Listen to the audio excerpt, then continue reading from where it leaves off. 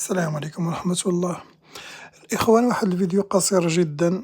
زوما القيادي في جنوب إفريقيا الذي سبق وأكد على مغربية الصحراء أثناء زيارته للمغرب، واللي تلقى هجوم عنيف أيضا من الصحافة الجزائرية وصحافة البوليزاريو، وحركت الجزائر كل جنودها في جنوب إفريقيا للهجوم عليه، وأعطت الأموال الكثيرة من أجل إسقاط زوما وإسقاط موقفه.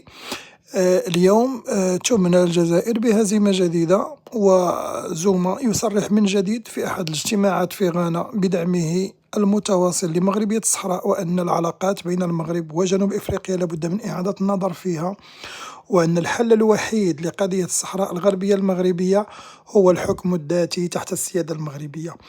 دليل آخر بأن الأموال اللي دفعوها الكابرانات بعد زيارة زوما الأخيرة للرباط كلها ذهبت أمواج الرياح، فلوس بوصبع الزرق اللي كان ممكن يشري بهم الحافلات اللي كيموت فيهم الشعب الجزائري اليوم وشهداء الزيغو، تذهب مرة أخرى في مهب الرياح، وتبقى الصحراء في مغربها والمغرب في صحرائه. تحياتي للجميع.